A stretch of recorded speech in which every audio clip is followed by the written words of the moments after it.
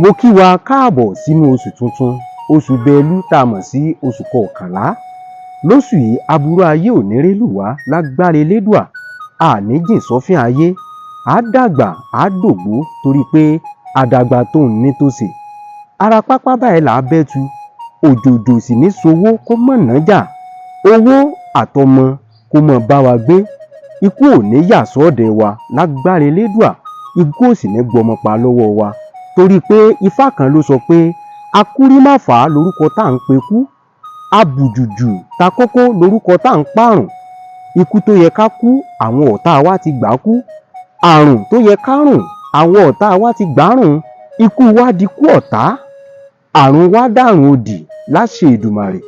Ire ni tiwa lóṣù yìí o, ire o.